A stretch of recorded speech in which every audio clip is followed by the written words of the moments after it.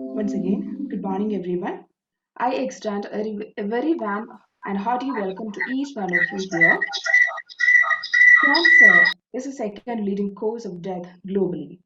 World Cancer Day is observed every year across the globe on 4th February. The day aims to prevent millions of deaths each year by raising awareness and education about cancer. It is a global uniting initiative led by the Union for International Cancer Control. This year's World Cancer Day theme is Close the Care Gap. The theme aims to raise awareness about the vast difference in cancer care and prevention that people from different sections of society can avail. Let's begin our webinar with a silent prayer.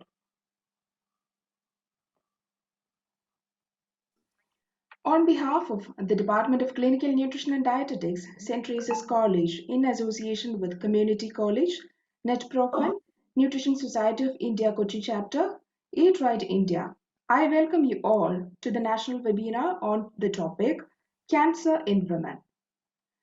We are extremely happy to see all the participants eagerly waiting to hear from the stalwart in cancer treatment.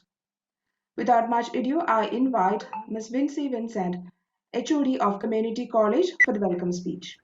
Ma'am, please. Thank you. Good morning, everyone. Good morning, sir. On this pleasant morning, it is my privilege to welcome all the dignitaries to this national webinar on cancer in women, which is jointly organized by the Department of Clinical Nutrition and Dietetics and the Department of Community College of St. Teresa's College, Ernakulam. I am honored to welcome the Provisional Superior and Manager of our college, Dr. Sister Vinitha, whose encouragement and support has helped us to achieve our milestones. I welcome Sister even in her absence. Welcome, Sister. Next, I would like to welcome our Director, Dr. Sister Emlyn, our Senior Administrator, Dr. Sajimal Augustine, who are the supporting pillars of our institution. Welcome, ma'am. Next, I welcome our dear Principal, Dr. Lizzie Matthew, who always guided, inspired, and supported us for every activities. Welcome, ma'am. I welcome our dear keynote speaker of today's webinar, Dr. VP Gagarin, Senior Consultant and HOD of Medical and Pediatric Oncology, VPS Lakeshore Hospital, Kochi. He started his career as a tutor in radiotherapy and medical oncology at Medical College Trivandrum, and later joined RCC Trivandrum in 1989 and established Medical Oncology Department in RCC, the first of its kind in Kerala. He underwent bone marrow transplantation training program in USA and UK with NCI and WHO fellowships. He had delivered scientific lectures as invited speaker in over 70 seminars and scientific meetings. He has participated as principal investigator in 38 national and international multi-center clinical trials and has been the research guide in 10 postgraduate research theses, including thesis in Ayurveda and music therapy. Has published over 40 publications, authorized chapters in 3 medical textbooks, authorized the book titled Jeevithamanna Albudam. So he actively involved in the mission of educating the public on prevention, early detection and treatment of cancer through various camps and classes, articles in dailies, periodicals, and audiovisual media. He established Cochin Cancer Society to extend the cancer care to the needy and unprivileged cancer patients and to ensure that no patient is denied treatment due to lack of money. He endowed with over 60 awards honoring his medical. I have no words to describe this eminent personality. With great honor and pleasure, I welcome Dr. VP Gangadharan to this webinar. Welcome, sir. Thank you. Next, I welcome the HOD, Dr. Ani, and other faculties of Clinical Nutrition Department and Community College who have worked hard to organize this webinar. I welcome all our dear faculties and students of St. Teresa's College and other wonderful persons who came to attend this webinar. Welcome all. And on behalf of St. Teresa's College, Ernakulam, I extend a warm welcome to one and all present here. Welcome, dears. God bless you. Thank you.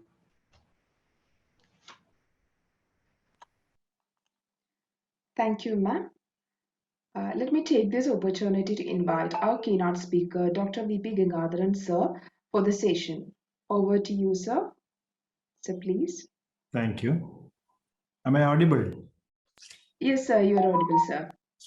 Thank you and good morning. Clear. Good morning to all.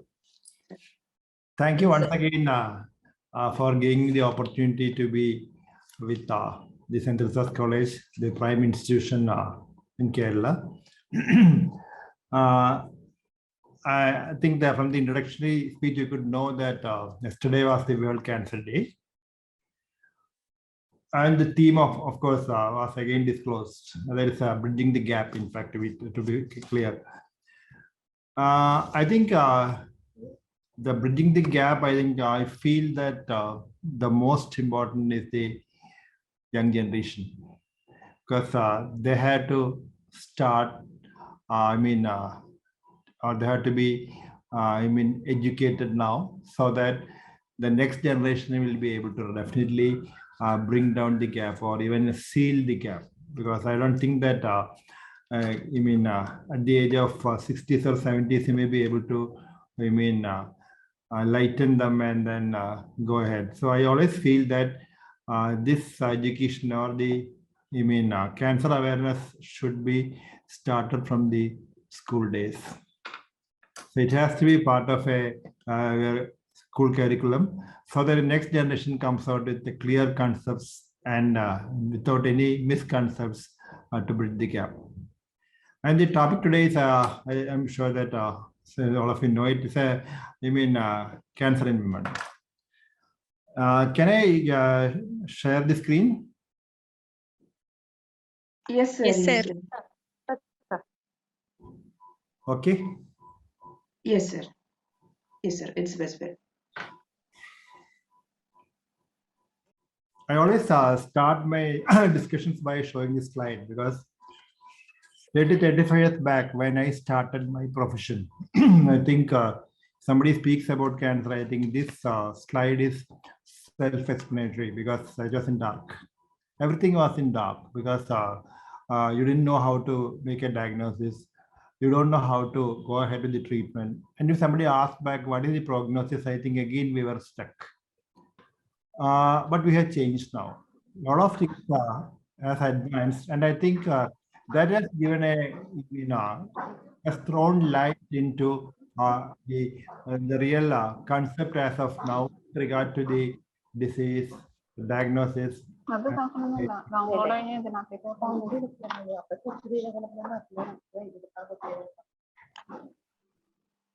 Sorry, sir. Participants, please mute your mic. Okay. And I think we are starting coming to the statistics. You can see that about 15 lakhs of new cases are detected every year in the country. And if you come to Kerala, you can see that every day 120 plus new cases are coming for treatment every day, new cases. Though the incidence has gone up, I think you have to remember that the patients who are getting cured or out of the disease is also going up. That's a good sign. Good sign. That is a scenario where we are now. And so the thrust goes on, in early detection. Early detection. So the question automatically comes, is it a detection only? I think we'll see how we can extrapolate and see how it goes. So the topic is women's cancer awareness. Coming to the common cancers in women, I think all over the world, and including our country, including our state, the most common cancer among females are the breast cancer. The second commonest, as of now, is cervical cancer, uterine cervical cancer. But ovarian cancers are fastly catching up. So maybe 10 years from now, I think somebody else may be coming and presenting saying that the second commonest cancer is ovarian cancer is going up. Of course, the uterine cancers, colorectal cancer, they all come lower in the list.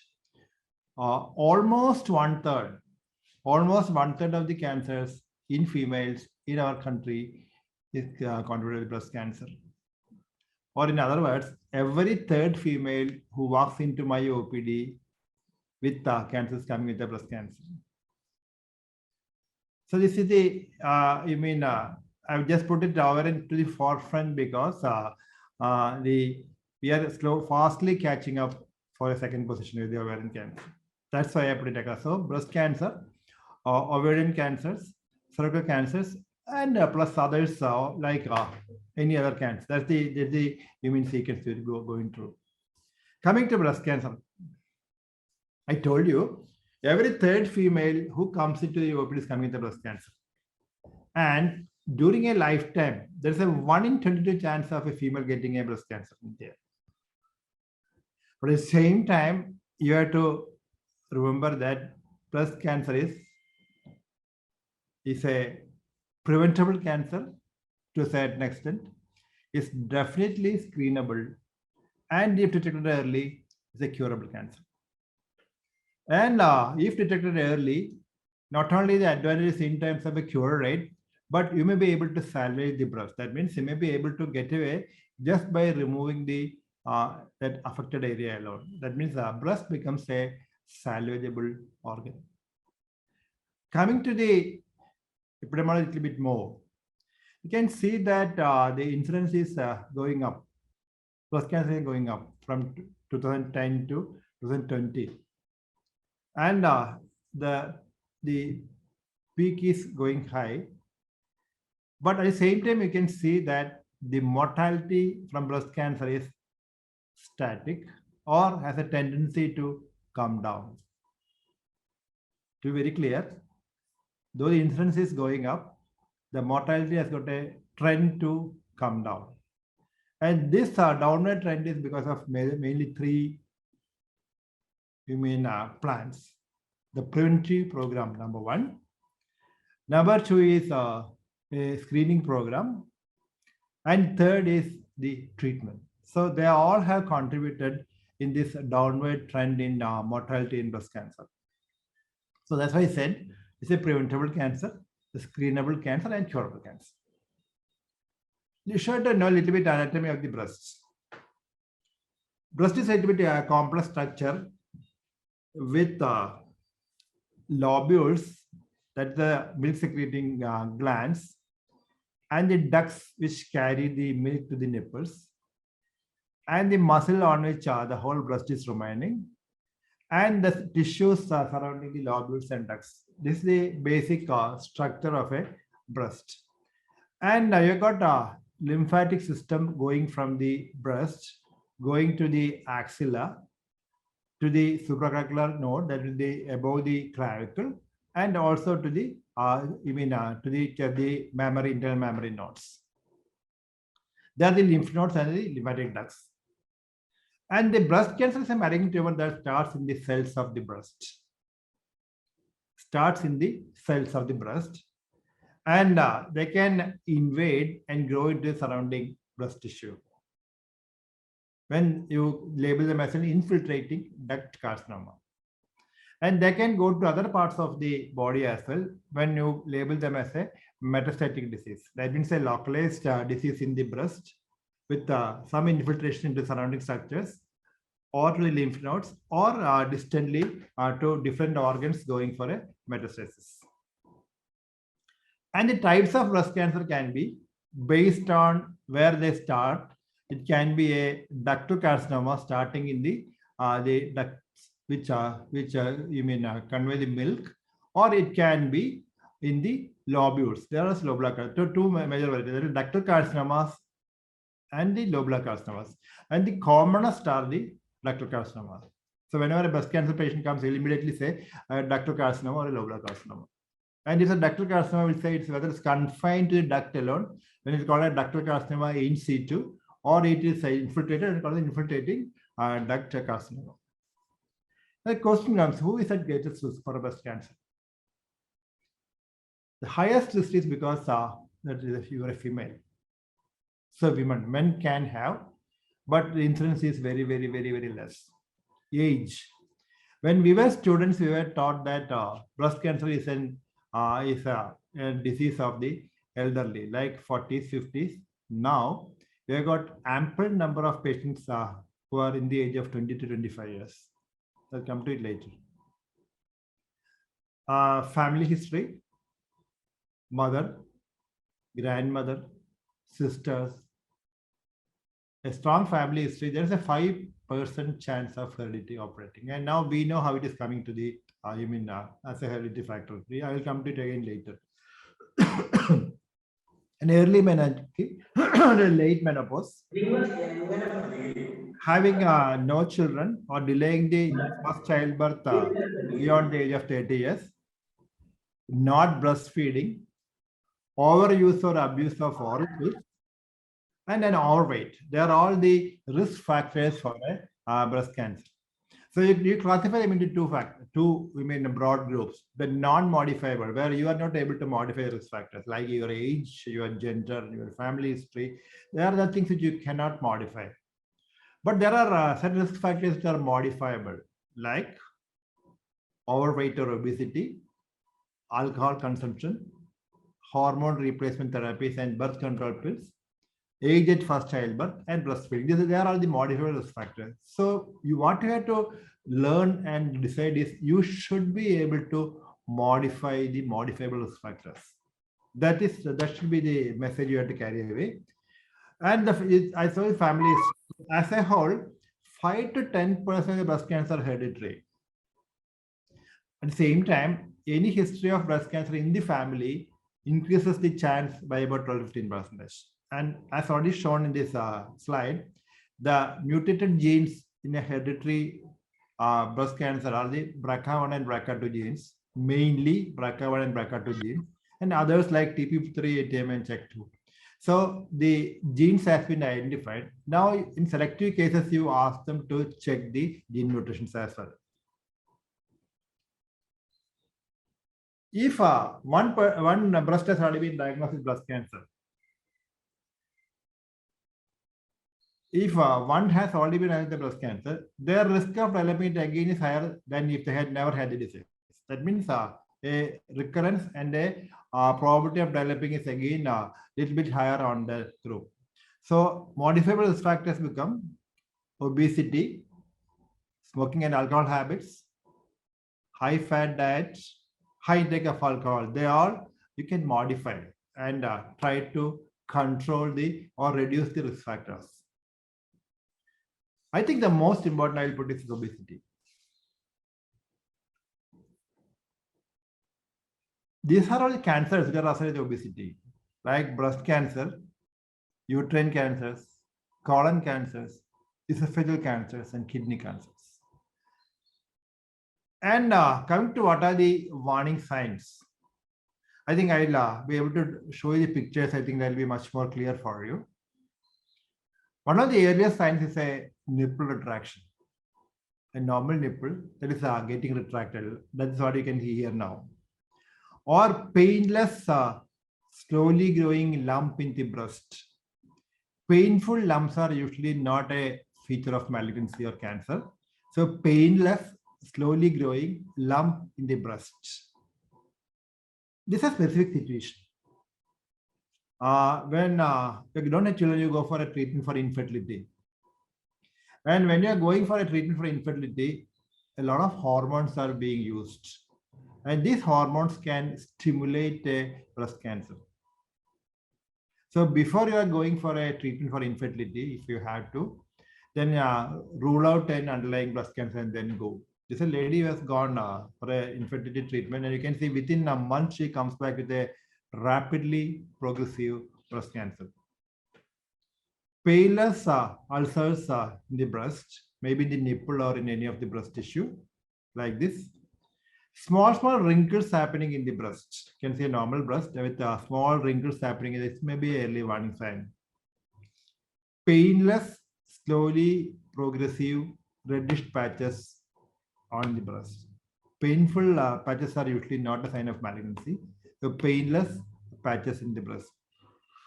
Discharge through the nipple. Maybe milky, maybe sometimes purulent, maybe blood stained, or maybe frank blood. If it is blood stained, or frank blood rule out the possibility of an underlying breast cancer. You can see small wartly lesions over the breast. And if they become itchy, or if they are rapidly progressive, or if they are bleeding happening in these moles, suspect the possibility of a mole turning into a malignancy. So again, I'm putting it across. Moles which are rapidly increase in size or become itchy or start bleeding. Then think of the possibility of a benign mole turning into a malignant mole. I think you have to remember that even if any of the symptoms are there, don't think that you are having a malignancy. The message is go and rule out an underlying malignancy. So that should be in your mind. So don't get scared by any of these symptoms, but you have to immediately go consult a doctor and rule out the possibility of an underlying breast cancer. Breast cancer is a preventable cancer, I told you, and the same is screenable cancer, highly screenable cancer. What are screening programs? Above the age of 20, you have to practice a monthly self-examination of the breast.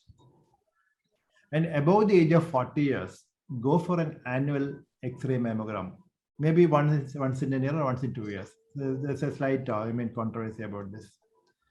Between the age of 20 to 40 years, you won't recommend a X-ray mammogram, but you have to go for an ultrasound mammogram or an MRI mammogram if required. And a clinical examination by a doctor also. But if somebody asks me, which one you think you rate the highest or the most important, I think answer is very clearly put it across as a breast self-examination. Most simplest technique, the least costly technique, and the machine you use are your own hands. So every female above the age of 20 should be able to go for self-examination. I think an extended version of this is you should be able to understand your breast.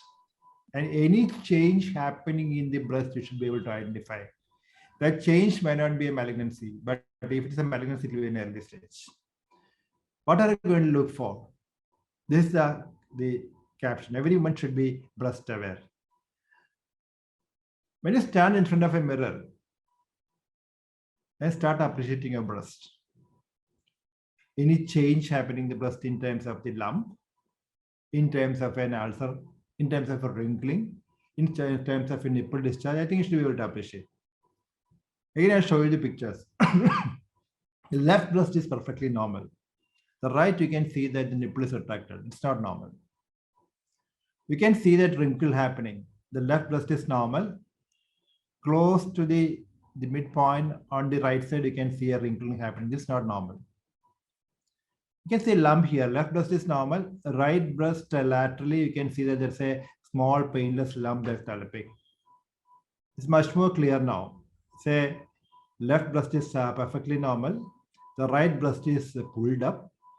The nipple is retracted, and you may be able to appreciate a lump, almost in the middle of the breast. This is not normal. The reddish patch, painless reddish patch coming like this, not normal. It's an extensive because it almost extends the whole of breast. It's almost a stage 4. This is like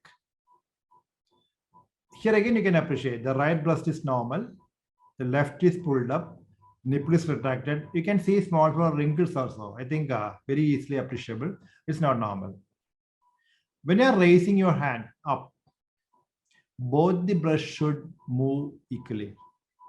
If one breast is moving too much forward, I think you can say it's not normal. You can see it here now. This is a normal breast. Right one is a normal breast. Left one is little pulled up. Nipple is retracted. It's not normal. And she's raising her hands now. The right went up a little bit. The left has gone up very high. Say that the left again is not normal. So like that, I think you should be able to appreciate the breast and see any change happening in the breast. The best time to examine the breast is when you're taking a bath. you're taking a bath, even when you're applying the soap, you will be able to appreciate even small lumps. But be very clear that breast is examined and not with the fingertips. Breast should be examined with the inner aspect of your fingers. The left with your right hand and the right with your left hand. And you have to start palpating from the center and then go circling and go to the go upward. You'll be very clear that you have to examine the axilla also along with the central part, because the axillary tail of breast is extending to the axilla. So axilla has also to be examined. The ideal time for a breast self-examination is the first 7 to 10 days following a normal period. The first 7 to 10 days following a normal period. If somebody has already achieved menopause, I think you can fix up any specific date, maybe 5th, 10th, or 15th of every month. You can do it by lying down also. I again put it across to say that if you are already aware of your normal breast characteristics, then any small change, I think you will be able to appreciate. That means you should be aware of your breast, the normal changes which has happened, it is already there in your breast. Like some of the nipples may be retracted even from the beginning, or there may be change in the size of the breast. They are all the normal variants. But if it is happening as a fresh change, then you should be able to say that something is happening now. This is a mammogram. Mammogram is an X-ray machine specifically to look for the changes in the breast. So in a mammogram, you can say you may be able to see only a small patch like this. So maybe one of the early signs. Even the patch is there, patient may not have even any symptoms or signs. So even before you develop any of the symptoms or signs, you may be able to detect with a mammogram. So that's the relevance of going for an annual mammogram or a once in 2 years mammogram above the age of 40 years. Between 20 to 40 years, you don't recommend an X-ray mammogram, but you go for an ultrasound mammogram or an MRI mammogram like this. And the process of investigations are started with the mammography, and a suspected area is detected. You go for a fine needle aspiration or a biopsy like this, and either confirm or rule out an underlying breast cancer.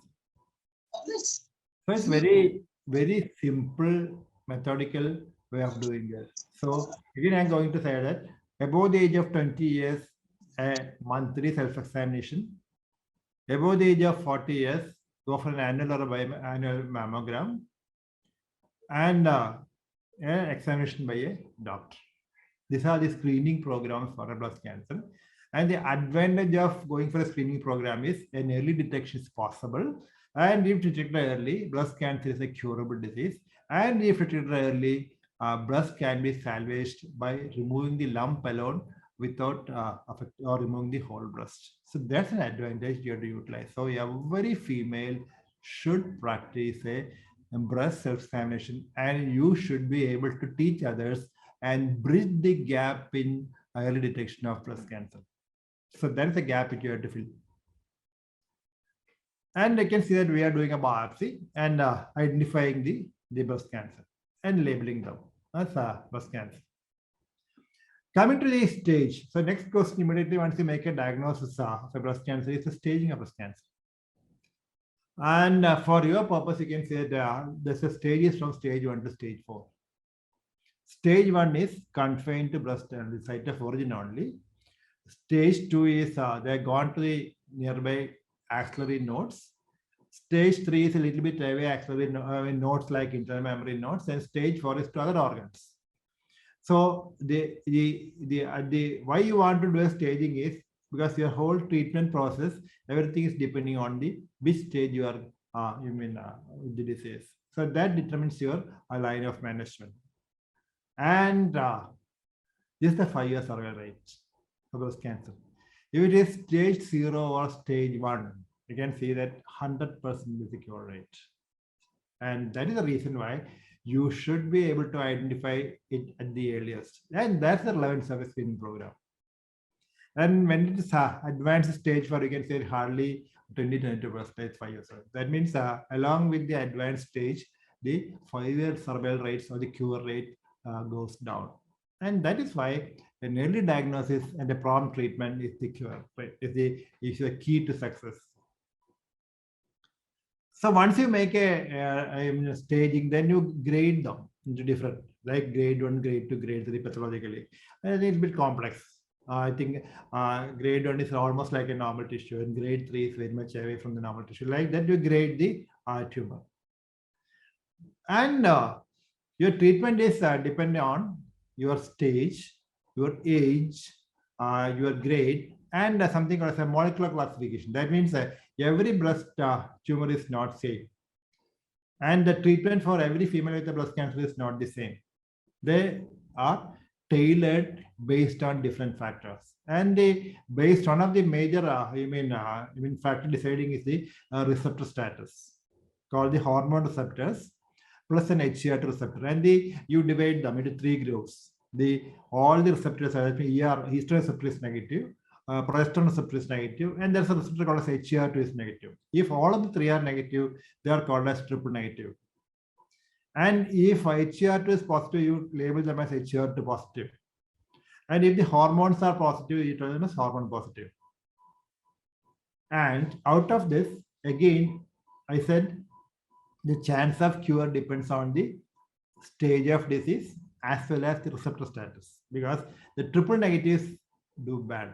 So even if the patient is a stage 1 disease, if they are triple negative, they are fast growing, the prognosis is not that good.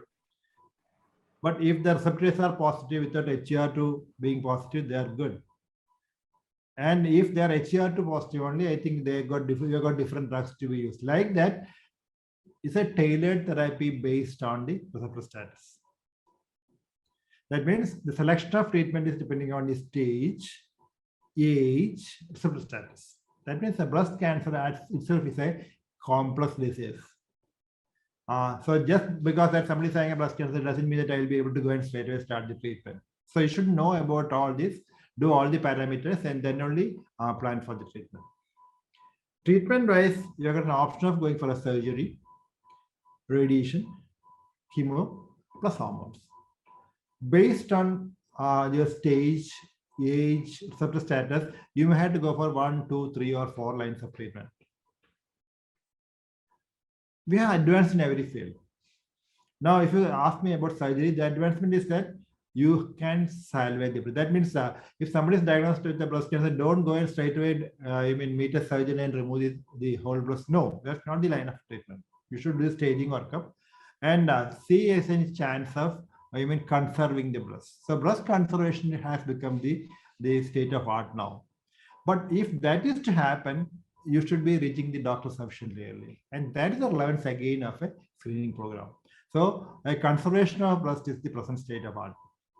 Coming to radiation oncology, you've got newer, very sophisticated machines which can execute radiation with a very high precision to the affected area level. That means that targeting is possible, like this newer machines. You can treat the affected area alone without touching much upon the normal site. A lot of new drugs are there now with a much less side effects, including drugs which can be used without any hair loss. And we have got this specific drugs called as targeted therapy. That means you can target the cancer cell and attack and kill them without touching on the normal cell. That is the relevance of, I told you, there's a receptor called as HER2 new receptors. And if HER2 new is positive, you can target that alone, the drug, and kill the cell. That means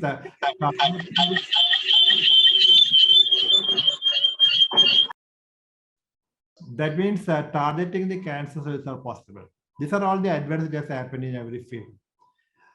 Now coming to the BRCA1 and BRCA2, I told you, the hereditary and the genes.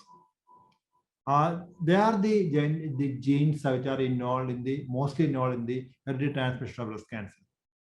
So you will test for this, like women with first or second year relatives with the breast or ovarian cancer, because breast ovary, they go and I think they are the one which is through these genes. Or women diagnosed with a breast and ovarian cancer, yes, you will be going for genetic testing. Ask them to go for genetic testing. Or women with the first degree related diagnosis, the bilateral breast cancers below the age of 50 years. And men with a strong family history of breast and ovarian, again, we don't think that the cancer in male can know. They again has to go for screening program. So there are certain specific target population whom we take up for a BRCA1 and BRCA2 and see whether there's a genetic mutation happening in them. What are the myths in this? You can see that men doesn't get breast cancer. Men do get breast cancer. I told the incidence is very less. That's all. Finding a lump means you have breast cancer. No, finding a lump doesn't mean that you have got a breast cancer, because you can have a benign lump, like fibroid numbers, benign lump. And it's not a malignancy. It don't get, but very clear that it's not malignant by going for tests. Mammograms are harmful? No, not harmful. But don't repeat the X-ray mammogram in a year 2 or 3 times. No, only once in a year. If you have to repeat the mammogram, then go for an ultrasound mammogram or MRI mammogram within that year. Don't repeat it again in 1 year. So they are not harmful. Contagious? No. Even if you are breastfeeding your child, when you have got a malignancy, the child will not have the disease. But don't breastfeed when the patient is on treatment, because chemotherapy drugs can cross over. So it's not allowed. But even if before diagnosis there's a lump and the child was breastfed, no, the child is never affected with this disease. The antiperspirants and deodorants to cause breast cancer? No, there's no data to prove this. Size matters in breast cancer, only a very small extent. Only very small extent. The positive gene test means surely the person will get cancer. No, again, no. You got a higher risk. That's all. It doesn't mean that you definitely get a cancer. No, we'll ask them, them to go for a very meticulous preventive programs and very meticulous screening programs. That's all. It's not that mandatorily you will get it. Again, miss, too young to get breast cancer? No, at any age. Breast cancer means death sentence? Absolutely no. Breast cancer doesn't mean the death sentence, because it's a curable disease, but depends on the stage of disease. Always come in the form of a lump? No, it can come in the form of a lump, it can ulcer or discharge, wrinkles or patches, I told you. Father's family history does not affect the risk as much as mother's. No, they do affect. They do affect. That means you got a lot of myths we have to understand and remove, and that will fill the gap in breast cancer, to say that you should know how we are going to make a diagnosis, how we are going to do the screening programs, how we are going to have a preventive program, and the ways of treatment. I think that will make it very clear for you to fill the gap in the treatment. Coming to the other tumors, like we'll go to one by one. I think the next common which I'm going to put across is the structures. I think I'm just going to the cervical cancer. Second most common cancer in females. No, I will not put to say worldwide, where there are centers where ovarian cancer, I told you, is coming up. And one of the common cancer sites in many developing countries also. The risk factors. I think forget about everything. I think you have to have your eyes stuck on a virus called as human papilloma virus. So whatever cause you are going to say is like multiple sexual partners, poor sexual hygiene, smoke, they all finally end upon by saying that high chance of human papilloma virus. So HPV virus is the causative factor for ovarian cancer. Like this, sexual hygiene, multiple partners, they all finally end up on saying a high incidence of HPV virus. And one of the symptoms are bleeding, maybe a following sexual contact, an intermenstrual bleeding, or a discharge, continuing with a discharge of backache. Prevention, I think, again, going to regular checkups. This I'm coming to it. That means like checkups for cervical cancer, which includes checkup, pap smear, and preventive vaccine called as HPV vaccination. I think we have to come to that. The human papilloma virus. Nearly all cases of cervical linked to human papilloma virus. close skin-to-skin contact, usually following a sexual contact. Risk increases by sexual activity in early age, multiple partners, and failure to use a condom. And there's a higher chance of going for a HPV infection. And there's a vaccine which is available. There's a HPV vaccination, which can prevent the HPV infection and thereby reduce the incidence of cervical cancers. Who should take? I think girls. Between the age of 10 to 26 years, I think girls are the one who have to take this vaccination. You can take it up to the age of 40 years, but the ideal age group is 10 to 26 years. You have to take the available vaccine is 3-dose vaccine this month, 2nd month, and 6th month. That means every girl should take a vaccination, HPV vaccination, between the age of 10 to 26 years. And what you are doing is not an anti-cancer vaccine. It's a vaccine against the human papilloma virus. You are trying to reduce the incidence of HPV infection and thereby reducing the incidence of a cervical cancer. This is a screening program for a cervical cancer. When to start? At the age of 21, annually, or 3 years after onset of a sexual activity. How often? It's a pap smear for a cervical screening. It's a pap smear. After the age of 30 years, every 2 to 3 years, if the previous tests were normal. Screening methods, the most common is the pap smear. I think the rest all I think is not that. But if you are if you are doing a, pap smear is like this. But if you are doing a pap smear plus a HPV DNA testing, you need to do only once in 5 years. That means if a pure pap smear you do obviously once in a year or once in 3 years. But if you are going to test the HPV DNA as well along with the pap smear, you need to do only once in 5 years. And it's a very simple way of taking the pap smear. You can see that the doctor uses a special spatula or a stick. He takes it from the the cervix and the upper vagina, and then look for any abnormal cells. And if your reporting will be like a normal pap smear, the advantage of pap smear is you'll be able to detect a patient who is likely to have disease even years later. That means, see, now this is a normal pap smear. The other one is the abnormal pap smear does not mean that it's cancer. We'll tell that this patient has to go for a regular, constant screening program. So that's the advantage of a pap smear. Recommendation I told you, pap smear plus HPV DNA testing to be done only once in 5 years. And your treatment options are, one is surgery and mainly radiation. Surgery, radiation, chemotherapy only to a certain extent. So surgery, radiation, and then chemotherapy. Again, you can see the 5 years are available. Stage 1 is 80-90%. Stage 2 is 65. Stage 4, like that. Again, to say that people say that early detection, I think you should go.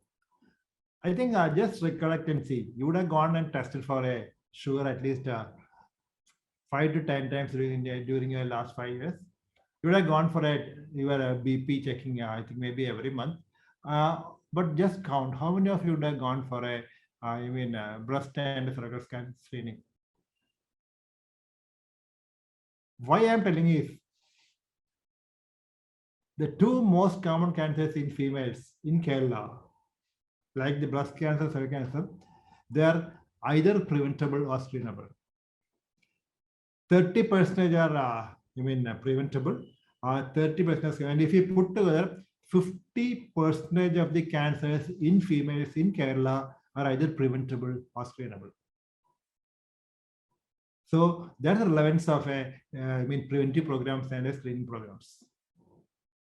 Ovarian cancer is one of the different look into the disease, because it's not a screenable cancer as of now. It's not a screenable cancer, not a screenable cancer.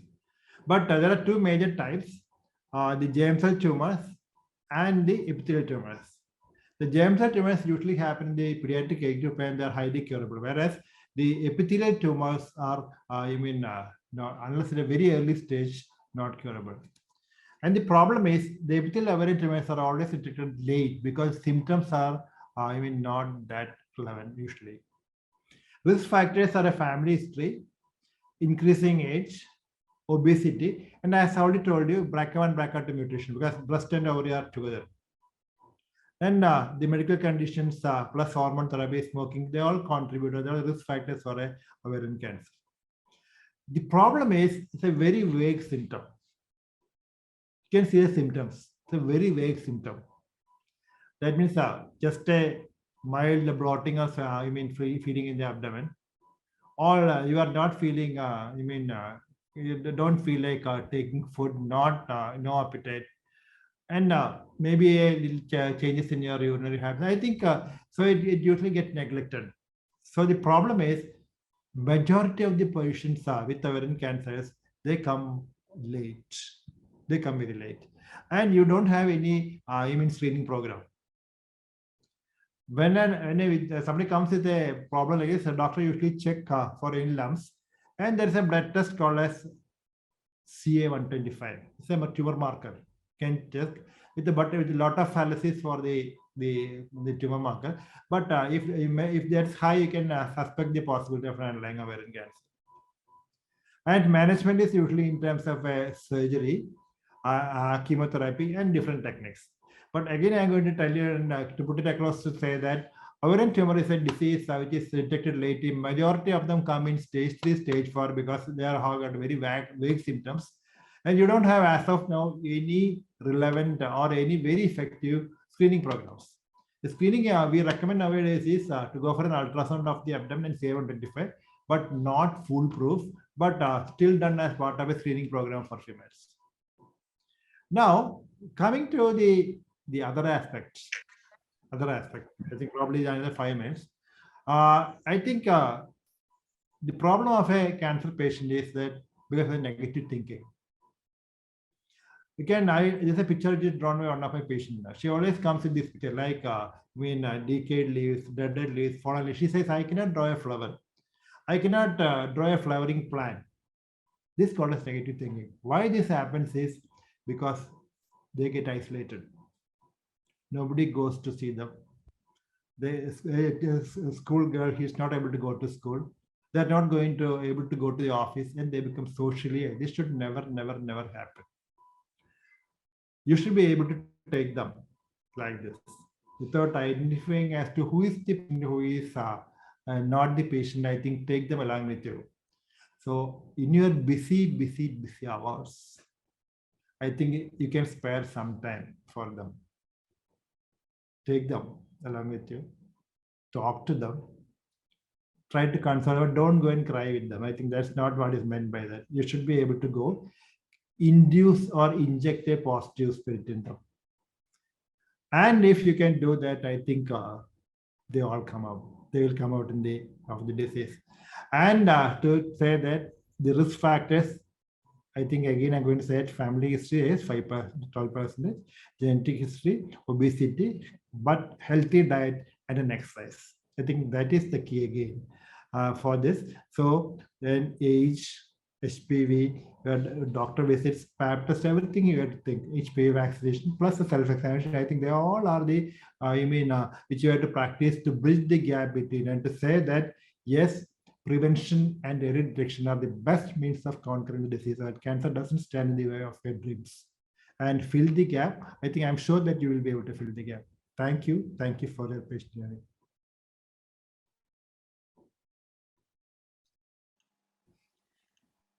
Thank you, sir. Thank you for such a great and informative session.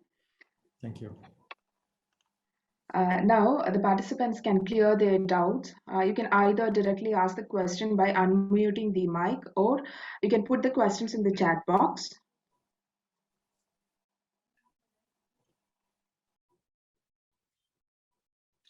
I think on questions regarding PCOD, I think has got a higher tendency for this. I think I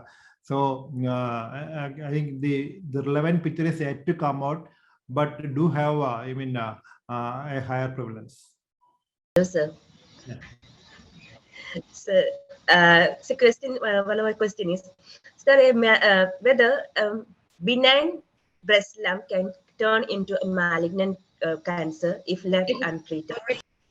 No, usually the benign tumors not much, like the fibroadenomas is the commonest, no? Or fibroadenosis is the commonest.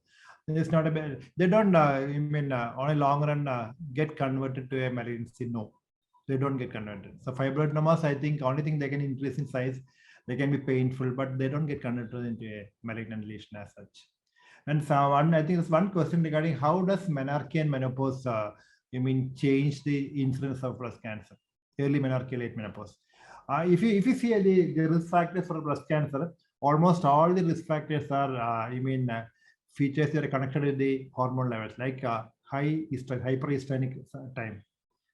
So early menarche, late menopause, I think they all contribute to a hyperestrogenic situation. So that's why there's a longer period of hormone exposure is going to be there. That is why they are taken into as a risk factors for breast cancer.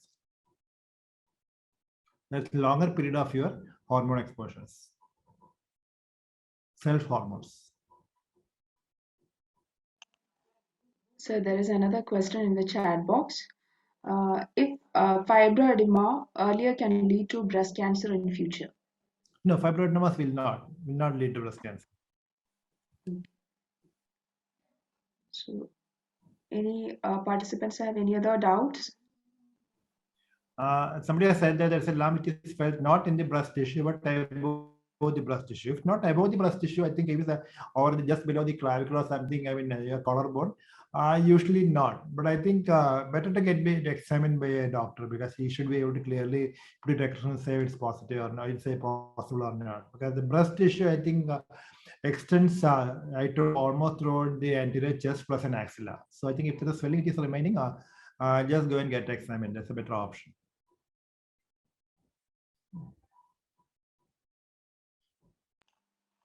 So there is another question. Yeah. How can we differentiate between the lumps and the breast lobules or areolar tissue in breast for breast cancer? There are certain features, there are certain features I told you. Hardness. It's almost like the cancer lumps are usually very hard, and just if you ask the fibroadenomas, they are usually mobile. They are very easily mobile, like not a fixed one also. So the hardness, the fixity, they are all signs of a malignancy. But don't think that if it's not fixed, it's not malignant, like that, because it's a little bit late. So in early breast cancer can be a little bit mobile lump, but hardness. So it's usually a hard lump, usually fixity and skin changes. They are all the features that are happening more with the, cancer and not with the benign lump. So one more question. So could you please comment on 5G radiation and the cancer risk? Long term, there's a risk, like the breast cancer getting radiation. Which radiation you asked me? So 5G radiation. 5G radiation and cancer risk. You mean as of now, I think the only risk factor are usually taken into account following the usual X-rays or gamma radiation which are being given, and we on a long term is they're going for the higher incidence of a breast cancer, like a treated Hodgkin's treated lymphomas where you have gone for a radiation to the breast, even just the breast comes in the field, and now they are going to higher incidence of breast cancer. I think other than that, I don't think that you're going to higher way to think about this. So Okay, one of the recommendation is, if possible, try to avoid the, radiation for lymphomas and all. That's all. But it's a very long, not immediately, long-standing, complication of a radiation to the chest wall and all. Sir, another question. The gallbladder removal may later cause colon cancer. Is there any chance? No, not at all. One more question, sir. Will endometriosis can cause cancer? Endometriosis as such, you got a higher chance of, because of this hormone problem being same, like hyperestrogenism and endometriosis, there's a higher likelihood. That's because of the common factor for both together. The etiology will be remaining same for both, there's a higher chance. But endometriosis as such will not lead to a cancer. So one more question. What should be the diet to take in to avoid breast cancer naturally? low fat, low calorie diet, exercise, try to control your weight, cut down your obesity. One. Second thing is, like for any other cancers, I think phytochemicals and fibers do help for preventing cancers, like cereals, pulses, tomatoes, green leafy vegetables. So everything they help you.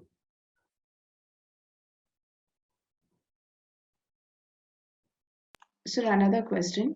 Could you please comment on CA-125 test? CA-125 is a blood test. Okay, done. I told you at that time that it's done for ovarian cancers. The problem with this is called, they are called as tumor markers. You got tumor markers, or substances in the blood which you test to detect the possibility of a underlying malignancy, which is or the cells just secreting this, like CA-125 for your ovarian cancers, alpha fetoprotein for your liver cancers, embryonic antigen for your colon cancer. Like that, you have got a lot of tumor markers. But there are a lot of fallacies with regard to tumor markers, like false positivity and poor sensitivity. They all contribute. Like, for example, I'll tell you, CA-125 can be high even without a malignancy, because even if when there's an inflammation of your peritoneum called peritonitis, CA-125 can be high. So just because that CA-125 is high does not mean that you have got ovarian cancer. Another problem is, in a stage 1 ovarian cancer, that's very early stage of ovarian cancer, the chance of CA-125 going higher is, less than 10%, 10 to 15%. That means it's not useful for a screening, because if you want to go for a screening program, that should be able to detect it even when there's a very small amount of tumor or a stage 1 tumor. That's not possible, because CA-125 can be normal in that. That's one. So that way, screening for using it for a screening is not that useful. Screening for a diagnosis is not very useful, again, because it can be there, it can be positive even in non-malignant conditions, can be positive. But the major use comes if it can be used for monitoring your response to treatment. Suppose the CA-125 is high, like maybe 600 or 700, and if it is drastically coming down following a chemotherapy, then you know that the patient is responding. And again, to a certain extent, useful for follow-up, because if the patient has been treated on follow-up and you are following up the CA-125, CA-125 is going up, that means you have to investigate further to rule out a recurrence happening. So that way, so depending upon is for a screening, for a diagnosis, for a prognosis, or for a treatment response, or for a follow-up, I think the different tumor markers vary in terms of their value. The CA-125 as such is not much useful for your screening, not much useful for your diagnosis, not very much useful for your staging, and not very useful for your prognosis, but maybe a little bit useful more for your treatment response and follow-up. So that is where CA-125 stands as of now. Okay, sir. So one more question. Can lipoma turn to malignant tumor in the future? Lipoma, you asked for lipoma, no? Yes, sir, lipoma. Lipomas can, but very, very, very, very small percentage. All benign tumors like lipomas, neurofibromas, they all can become sarcomas, but very, very few. Even I'll put as less than 1%.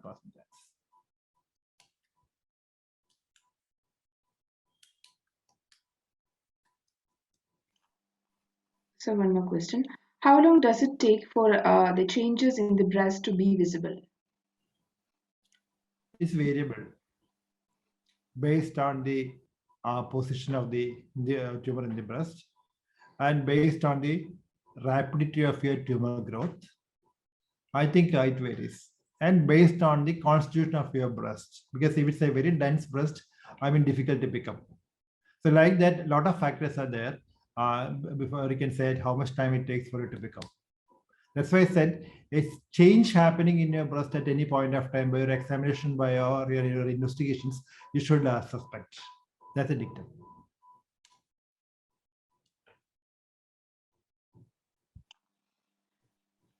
Okay, sir. I think no more questions in the chat box. If there is no more questions, here now our principal, Dr. Lizzie Matthew ma'am is here for our webinar. I would like to request Lizzie ma'am to speak a few words about the session has been taken now. Over to you, ma'am, and please. Okay, thank you, Samja. I'm audible, no? Kekalole. Yes, ma'am. Yes, ma'am. You're visible, audible, ma'am. Respected Chief Guest of the webinar, Dr. V.P. Gangadaran, renowned consultant oncologist of Lakeshore Hospital, Miss Annie Thornton, head of the Clinical Nutrition and Dietetics Department, and head of the Healthcare Assistance Department, Miss Vincy Vincent, other faculty members, and my dear student participants. Good morning to all. At the beginning of the seminar, we had good number of participants, students, and I feel some of them have left. Maybe they must have got frightened. Though it is a very important talk or session that we have arranged for the students or for our women students. And I feel extremely glad that to commemorate this World Cancer Day, we could organize a webinar on cancer in women, the various types of cancer in women. Every year, February 4th, we conduct such awareness programs in association with eminent health consultants, specifically oncologists, to share their information on the increased number of incidents, the severity of the disease, and the measures to be taken to control or prevent this fatal disease condition. And we all know, Dr. Anna introduction how fatal this killer disease is and what is the present condition of cancer, and that too in women. How prevalent or common it is among this disease is among the women. And how much we have to take care, especially the working women, we have to take care about this health condition or this health disorder. Definitely, we can say that once it is diagnosed at the correct time and due to the modern medicine and technology, we will be helped because early detection is always will always provide us the correct treatment, and like that you can reduce the fatality rates to a good rate. But still, we have to be aware of the causative factors of the disease, and that will help us to prevent the disease to a very great extent. Especially our food habits. Students in the doctor very informative share the food habits, the lifestyle, the behavior patterns and attitudes. They all have very important role to play to avoid this this dreadful disease.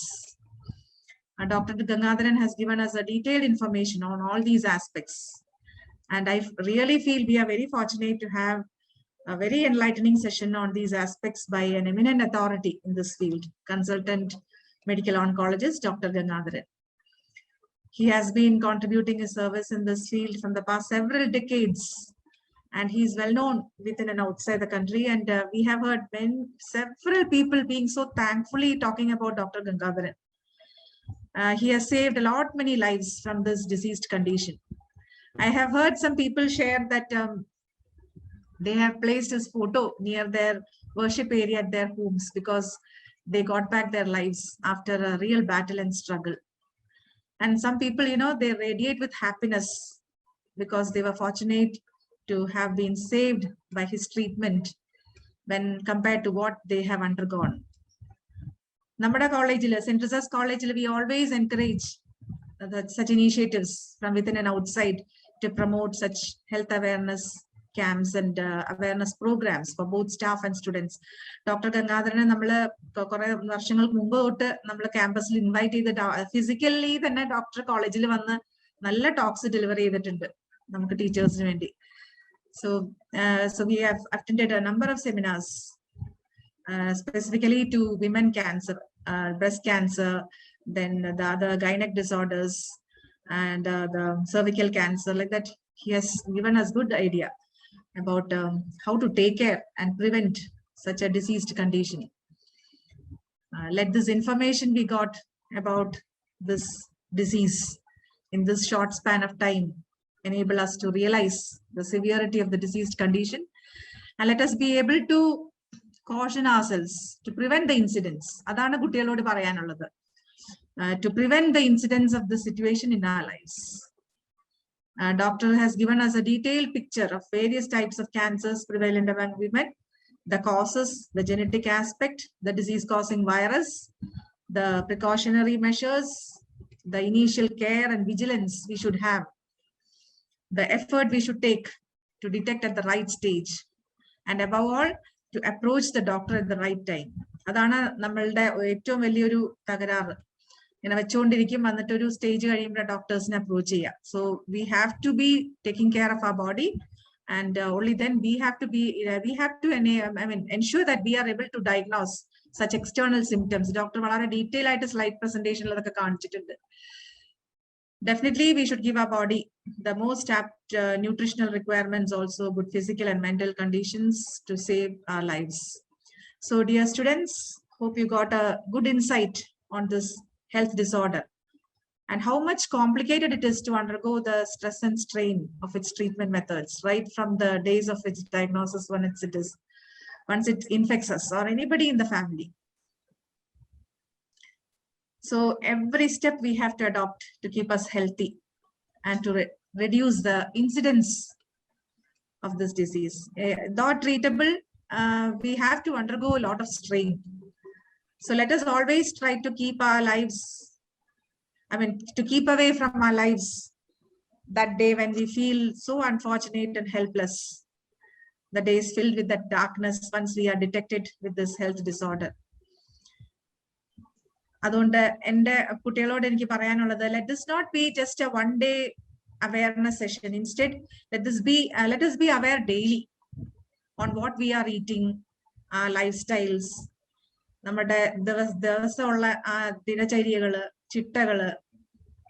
how much importance we give to our physical fitness, how much importance we give to promote our healthy eating habits, personal hygiene. This best practices daily life, healthy existence best practices. Doctor, thank you very much, Doctor. Once again, I thank very sincerely our chief guest, Dr. Gagarin, on behalf of the organizers and all the participants. Thank you very much, sir, for sparing your valuable time and sharing so immensely about this topic, cancer in women. My appreciation to both the departments, the heads and faculty members for arranging this for our students. And finally, my best wishes and appreciation to all the students for your active participation and good interaction.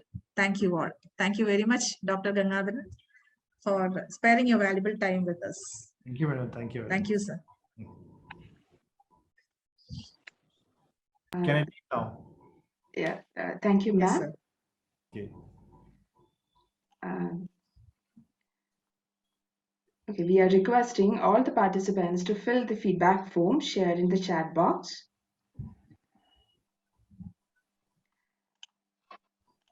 Sir, I'm sorry, already question answer session is over, but I have one doubt. Sure. Sir, so much of intimate hygienic products are available nowadays in market. So many women are using that. Is the chemical compounds of such products are causing cervical cancer or any kind of such cancers? The infection rates are usually high and other problems are much more higher. I think as of now, there is no evidence to quote and say that they are contributing to cervical cancer and all. As of now, there is no much reliable data to follow upon. But a lot of other problems, yes, it's there. So I think to be say that it's one of the causative factors, I don't think I got enough data as of now. Okay, okay, sir. Thank you, sir. It's a small word of caution is there. I think you would have seen somebody suing against Johnson & Johnson for, you know why? Because talc powder. when overuse of talc powder over the perineum and the vaginal vulval areas and all, there are reports of higher incidence of ovarian cancer happening in them. And in fact, that is not mentioned in that in their brochure. That's why they were sued, and Johnson has to pay a very high penalty for that. I think that's only very wrong. And then there is something regarding the dye, the hair dyes which we use. Again, the dyes which we are using long time back, not now, they got a higher incidence being quoted in some of the studies of a lymphoma happening, but not with the present dyes. So you can again go for safely now. Okay, sir. Thank you, sir. Now, may I invite Ms. Namita Pristina Joseph, Assistant Professor, for delivering the vote of thanks.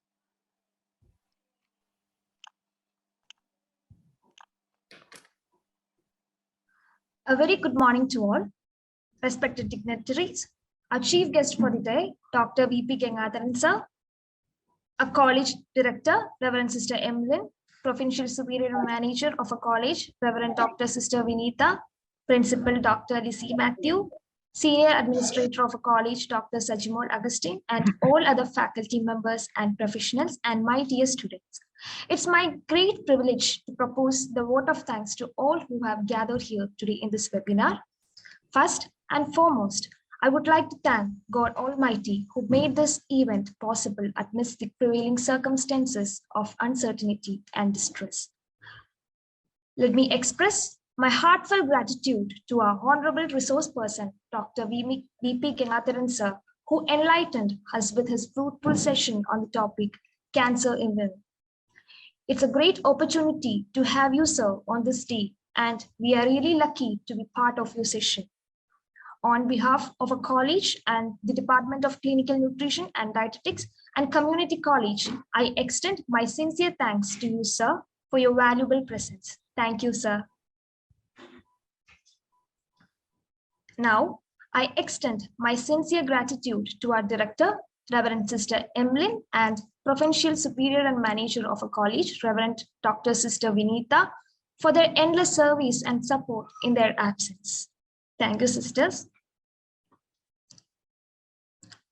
Next, I would like to extend my sincere thanks to our principal, Dr. Lizzie Matthew, for valuable presence. Thank you, ma'am.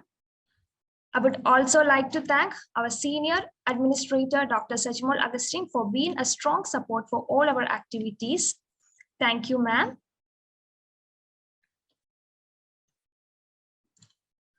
Next, I would like to express my sincere thanks to Ms. Lega Srinivas, Center Coordinator, Women's Studies Center, who has been there for all our activities and our own mentor for all our endeavors. Thank you, ma'am. I would also like to extend my sincere gratitude to Ms. Annie Thomas Thornton, HOD of Clinical Nutrition and Dietetics, and Ms. Vincy Vincent, HOD, Community College, for being a strong pillar in conducting this webinar successfully. Thank you, teachers.